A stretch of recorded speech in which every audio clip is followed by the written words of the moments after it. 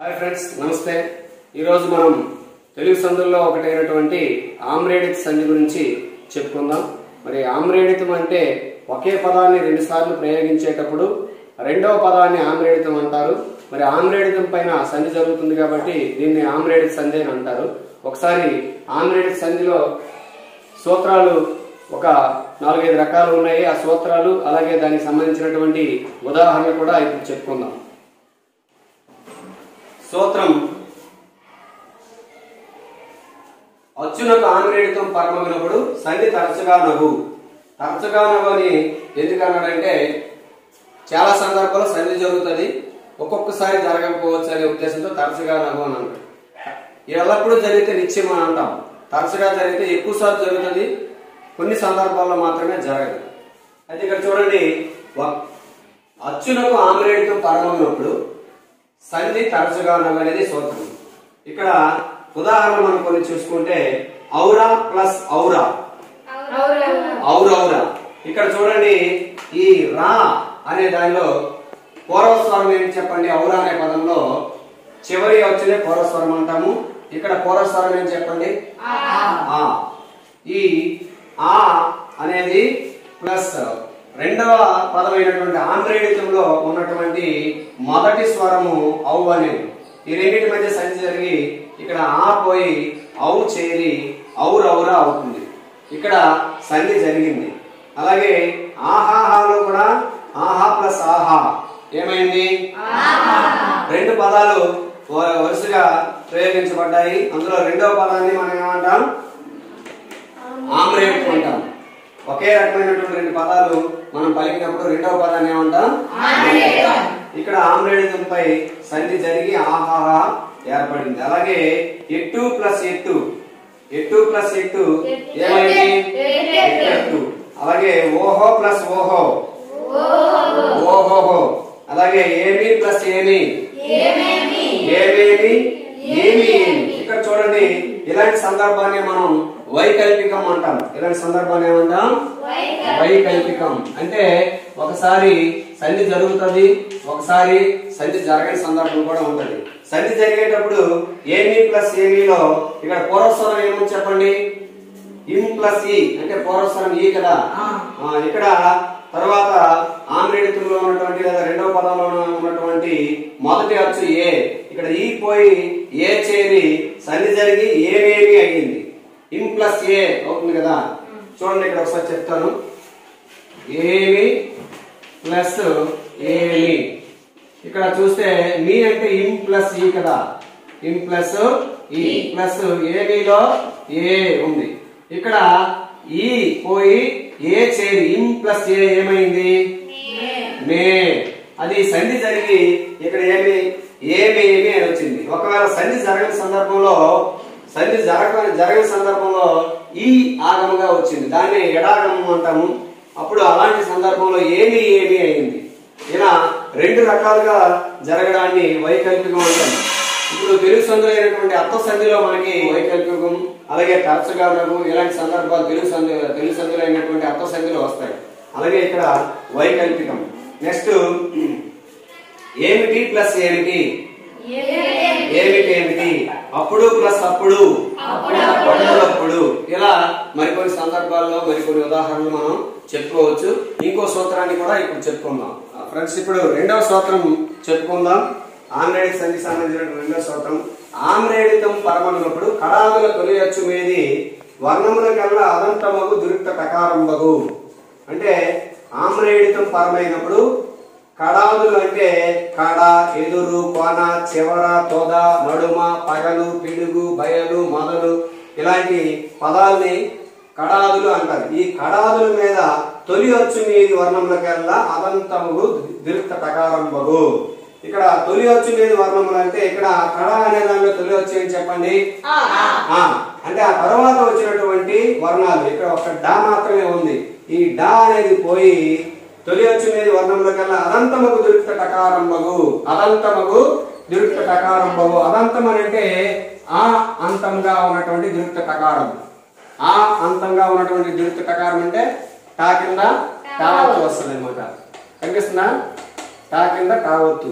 ఇలా చూడండి ఇక్కడ డా పోయింది, డా పోయి ఈ ప్లేస్ లో తొలి అచ్చు మీది వర్ణముల కల్లా అదంతముకు దురిత టకారము వచ్చి చేరుతుంది. అంటే టాకెన్ తావత్ ఇక్కడ చేరుతుంది. చూడండి ఇది పోయి కట్ట అయింది.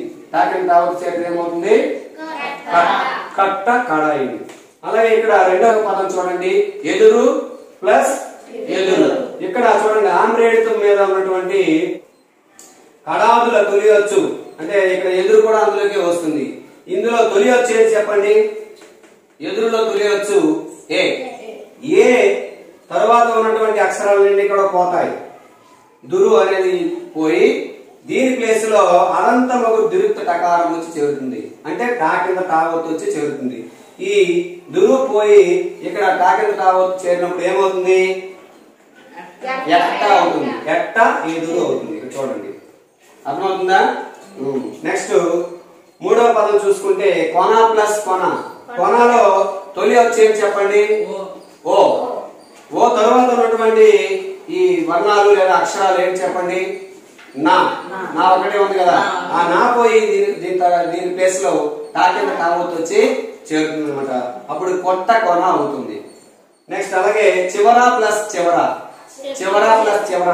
ఇప్పుడు ఆమ్రేడితం పరమైంది. ఇక్కడ ఆమ్రేడితం పరమైనప్పుడు తొలి అచ్చు మీద వర్ణాలన్నీ కూడా లోపించి దాని దగ్గర ఏమొచ్చి చేరుతుంది? టా కింద తావత్తు వచ్చి చేరుతుంది. అప్పుడు ఏమవుతుంది? చీ తర్వాత ఇక్కడ టా కింద తావత్తు చేరితే ఏమవుతుంది? చిట్ట. చిట్ట చివర. అలాగే మిగతావి మరి చెప్పాల్సిన అవసరం లేదు, డైరెక్ట్ చెప్పుకుందాం. తొద ప్లస్ తొద.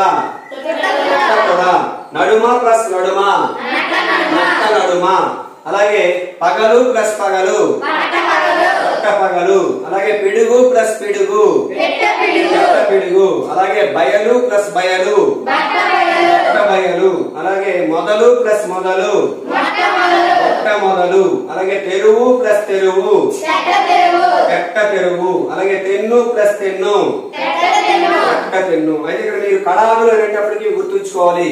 కడ, ఎదురు, కొన, చివర, తొద, నడుమ, పగలు, పిడుగు, బయలు, మొదలు, అలాగే తెరువు, తెన్ను, ఈ పదాలు మీరు గుర్తుంచుకోవాలి. ఈ పదాలు వచ్చేటప్పుడు అక్కడ ఆమ్రేడితం గాని పరమైందని అంటే అక్కడ తొలి అచ్చు మీది మిగతా వర్ణాలు, తొలి అచ్చు తర్వాత వచ్చినటువంటి వర్ణాలన్నీ కూడా, అంటే పూర్వ పదంలో ఉన్నటువంటి వర్ణాలన్నీ కూడా లోపించి దాని కేసులో టా కింద తావత్తు అనేది వస్తుంది. అర్థమవుతుందా?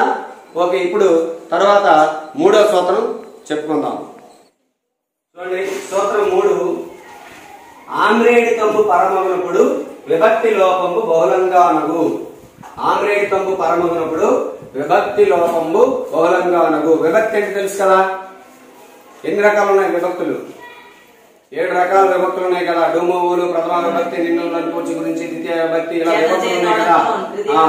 ఇక్కడ విభక్తి లోపమై బహుళంగా అనగు అనమాట. బహుళం అంటే మీకు చెప్పాను, సంధి జరిగేటప్పుడు సంధి కరెక్ట్గా నిత్యము జరిగితే నిత్యమని, ఖచ్చితంగా జరిగితే నిత్యమని, అలాగే జరగకపోతే నిషేధమని, అలాగే ఒకసారి జరిగి ఒకసారి జరగకపోతే వైకల్పికమని, అలాగే వేరే విధంగా జరిగితే అన్య విధమని, ఇలా అనేక రకాలుగా జరిగితే బహుళం అని చెప్పుకుంటాము. మనకి అకార సంధి చెప్పుకునేటప్పుడు బహుళం అని చెప్పుకుంటాం. ఇక్కడ కూడా అనేక రకాలుగా జరిగింది కాబట్టి దీన్ని బహుళం అని చెప్పుకున్నాం. ఆమ్రేడితంబు పరమగునప్పుడు విభక్తి లోపంబు బహుళంగా అనగు అని అన్నాడు. ఇక్కడ చూడండి, అప్పటికిన్ ప్లస్ అప్పటికిన్. అప్పటికిన్ అని వచ్చింది కదా. ఎలా వచ్చిందంటే చూడండి, అప్పటికిన్ ప్లస్ అప్పటికిన్. ఇప్పుడు ఇందులో కిన్ అనేది ఇది విభక్తి కదా, షష్ఠీ విభక్తి. ఇది లోపించి ఏం జరుగుతుంది? ఇది లేనప్పుడు ఏమవుతుంది? అప్పటి ప్లస్ అప్పటికిన్. అప్పటి ప్లస్ అప్పటికిన్. అప్పుడు ఏం జరిగింది? అప్పటికిన్. అప్పటికిన్. మనం ఇక్కడ ఆంధ్రేడితంలో సంధి మొదటి సూత్రం చెప్పుకున్నాం. ఏంటి మొదటి సూత్రం? అచ్చులకు ఆంధ్రేడితం పరమగునప్పుడు సంధి తరచుగా అనగు. అచ్చులకు ఆంధ్రేడితం పరమగునప్పుడు అంటే చూడండి, ఇక్కడ అప్పటి అనే దానిలో ఇక్కడ ఈ అనే అచ్చులకు ఆంధ్రేడితం పరమైంది. కింద లోపించడం వల్ల ఆంధ్రేడితం పరమయ్యి అక్కడ ఏం జరిగింది? సంధి తరచుగా అనగు. ఇక్కడ సంధి జరిగింది. సంధి అప్పటికి అయింది. అప్పటికి ప్లస్ అప్పటికి గిన్నె అనేది లోపించి అప్పుడు అప్పటి ప్లస్ అప్పటికి అనేది వచ్చింది. అప్పుడు అచ్చులకు ఆమ్రేడికం పరమైనప్పుడు సంధి తరచుగా అనే సూత్రం ప్రకారం అప్పటికి అయింది. అవునా? ఇప్పుడు ఇక్కడ చూడండి, అప్పటికి ప్లస్ అప్పటికి మళ్ళీ రాసుకుందాం. అప్పటికి ప్లస్ అప్పటికి. ఇందులో అప్పటికి ప్లస్ అప్పటికిలో ఇక్కడ ఇందాక కింద అనేది లోపించింది కదా, ఇక్కడ ధృతం లోపించింది అనుకోండి. అప్పటికి ప్లస్ అప్పటికి, అప్పటికి ప్లస్ అప్పటికి. అప్పుడు ఏమవుతుందంటే ఇక్కడ ఏముందిరా చివర పూర్వస్వరం ఏముంది? ఈ ఉంది. పూర్వస్వరము ఈ ఉంది. కాబట్టి ఇక్కడ ఈ పోయి ఆ చేరి అప్పటికి అవుతుంది. ఏమవుతుంది? అప్పటికి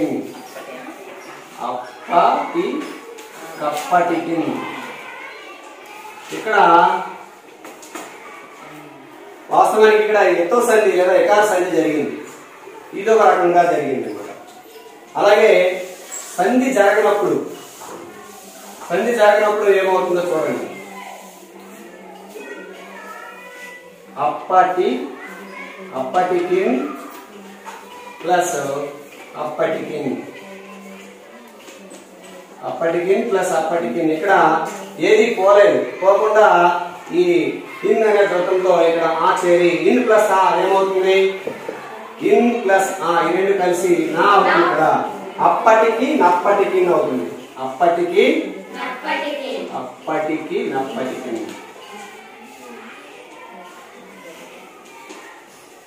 ఇలా రకరకాలుగా సంధి జరిగింది కాబట్టి దీన్ని అంటే ఒకసారి నిత్యము, ఒకసారి వైకల్పికము, ఒకసారి నిషేధం, ఇలా రకరకాలుగా జరిగింది కాబట్టి దీన్ని బహుళము అని అంటున్నాం అన్నమాట. అర్థమవుతుందా? ఇప్పుడు మరో ఉదాహరణ చెప్పుకుందాం. రెండవ ఉదాహరణ ఓరన్ ప్లస్ ఓరన్, ఊరూరన్, అలాగే ఓరన్. ఇక్కడ చూడండి, ఊరూరన్ ఆమ్రేడికం పరమైనప్పుడు విభక్తి లోపంలో బహుళంగా అన్నాడు కదా. ఇక్కడ రెండు పదాలు ఒకేలాగా ఉన్నప్పుడు రెండవ పదం ఆమ్రేడికం అని చెప్పుకోను. ఈ ఆమ్రేడికం పరమైనప్పుడు ఏంటంటే విభక్తి లోపంబు అంటే విభక్తి. ఇక్కడ చూడండి, ఊరన్ అనే దానిలో అన్ అనే విభక్తి ఉంది. ఊరన్ అనే దానిలో అన్ అనే విభక్తి ఉంది. ఊర్ ప్లస్ అన్ ప్లస్ ఊరన్. ఇక్కడ ఈ అన్ అనే విభక్తి అందున్ అనేది సప్తమి విభక్తి కదా. ఈ సప్తమి విభక్తి లోపించి ఇక్కడ ఏమైంది? ఊరు ప్లస్ ఊరన్ ఏమైంది? ఊరూరన్ అయింది. ఏమైంది? ఊరు ప్లస్ ఊరన్ ఊరూరన్ అయింది. ఈ రకంగా విభక్తి లోపం జరిగి సంధి జరిగింది అన్నమాట. ఇక్కడ ఒకవేళ విభక్తి లోపం జరగలేదనుకోండి, విభక్తి లోపం జరగకపోతే ఓరన్ ప్లస్ ఓరన్ ఇక్కడ ఈ ఇన్ను సంయోగం చెంది ఇన్ ప్లస్ ఊ ఏమవుతుంది? ఇన్ ప్లస్ ఊ ఏమవుతుంది చెప్పండి? నూ అవుతుంది. అప్పుడు ఊర నూరన్ అయింది. ఇన్ ప్లస్ ఊ నూ అయింది కదా, ఊర నూరన్ అయింది. ఇది రెండవది. ఇలా బహుళంగా అంటే సంధి జరిగింది ఒకసారి, సంధి నిషేధం ఒకసారి జరగలేదు. ఇలా రకరకాలుగా జరగడం వల్ల లోపము బహుళంగా నగు అని వచ్చింది. అంటే సంధి రకరకాలుగా జరిగితే బహుళమని మనం చెప్పుకుంటాం. అందుకని ఇక్కడ అర్థమైంది కదా. ఒకసారి ముందు సంధి జరిగినప్పుడు ఊరూరన్ అయింది. సంధి జరిగినప్పుడు ఏమైంది? ఓరనోరన్ అయింది. ఓకే, నెక్స్ట్ ఇక్కడ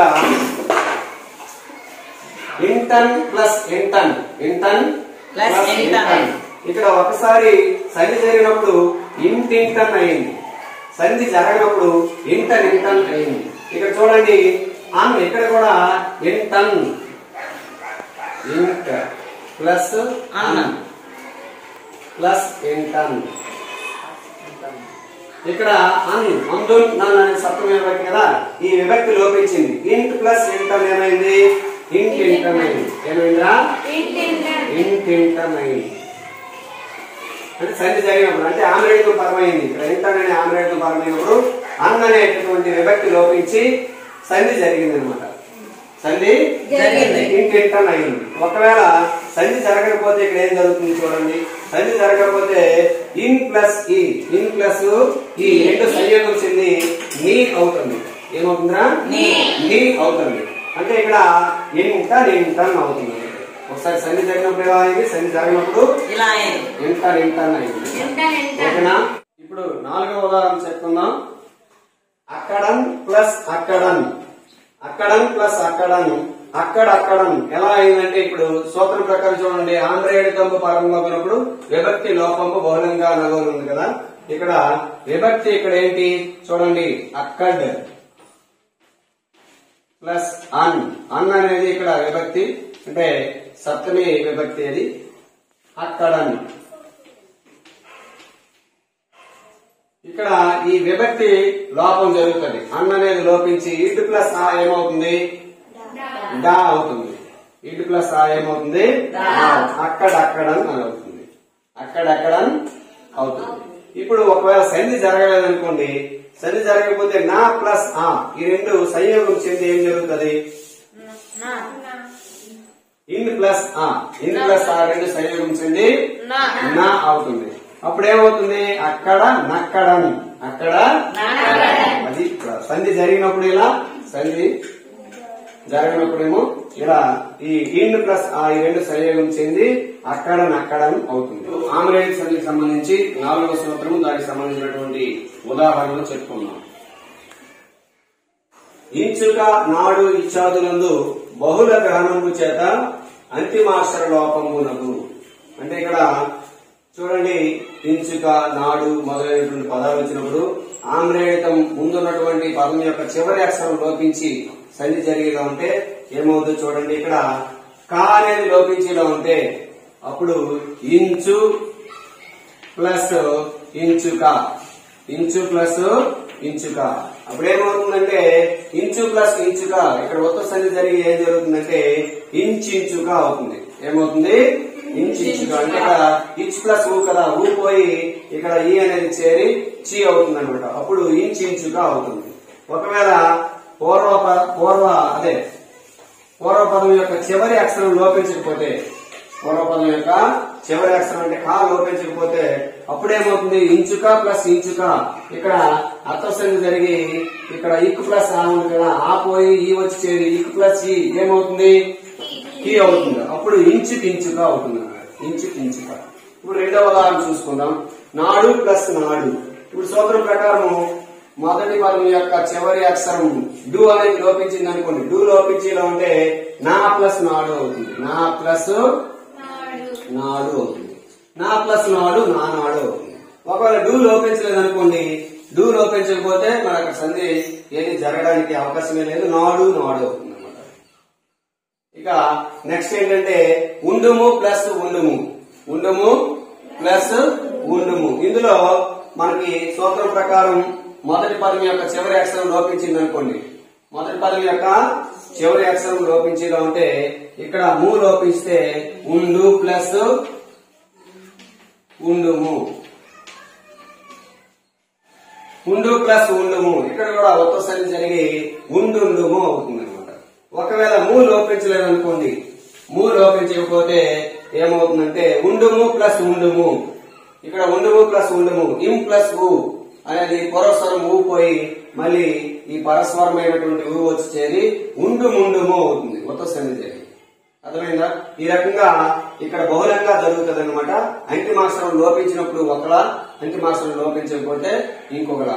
ఇప్పుడు ఆంధ్రేయుడి సంధికి సంబంధించినటువంటి 5వ సూత్రము, దానికి సంబంధించినటువంటి ఉదాహరణలు చెప్పుకుందాం. ఈ 5వది సూత్రం అని మనం ప్రత్యేకంగా చెప్పుకోవడం లేనప్పటికీ కూడా మనం ఇందులో వచ్చినటువంటి ప్రయోగాలు మనం ఒకసారి గ్రహించాల్సినటువంటి అవసరం ఉంది. చూడండి, అందుకు ప్రవృత్తులు యథా ప్రయోగముగా గ్రాహ్యములు. అంటే మనం ఇక్కడ అందుకు ప్రవృత్తులు అంటే మొదలైనటువంటి పదాల్లో ఈ ఆమ్లెట్ సంధి జరుగుతుంది. కానీ ఇక్కడ ఆగమాల, ఆదేశాల, ఇలా జరిగింది అలా జరిగింది అని చెప్పుకోవడానికి ప్రత్యేకంగా వీలుండదు. ఒక్కొక్కటి ఒక రకంగా ప్రయోగం చేసి లేదా వినియోగించి మనం గ్రహించాల్సినటువంటి అవసరం ఉంది. ఎలా ప్రయోగముగా గ్రాహ్యములు అంటే ఎలా ప్రయోగించమో అలా గ్రహించడమే తప్ప ఇక్కడ ఈ సంధి ప్రత్యేకించి ఉపయోగపడింది అని చెప్పడానికి ఏమీ ఉండదు. కాకపోతే మీరు ప్రాక్టికల్ గా ఇది గుర్తుంచుకోవాల్సినటువంటి అవసరం ఉంది. అదుపు ప్లస్ అదుపు, అంతందుకు అని వస్తుంది. అంటే యథాప్రయోగముగా గ్రాహ్యం అంటే ఎలా ప్రయోగించామో అలా గ్రహించుకోవడమే. ఇక్కడ ఈ సూత్రం ప్రకారం జరిగిందని చెప్పడానికి లేదు, కానీ ఆంగ్లేయుడిక సైన్ మాత్రం చెప్పవచ్చు మనం. నెక్స్ట్ ఎందుకంటే ఆంగ్లేయుడికి వచ్చింది కదా. నెక్స్ట్ ఇంకులు ప్లస్ ఇంకులు, ఇర్రింకులు. అలాగే ఇగ్గులు ప్లస్ ఇగ్గులు, ఇల్లిగ్గులు. అలాగే చెదురు ప్లస్ చెదురు, చెల్ల చెదురు. అలాగే తుమురు ప్లస్ తుమురు, తుత్తుమురు. అలాగే మిట్లు ప్లస్ మిట్లు, నీరు మిట్లు. అలాగే తునియలు ప్లస్ తునియలు, తుత్తునియలు.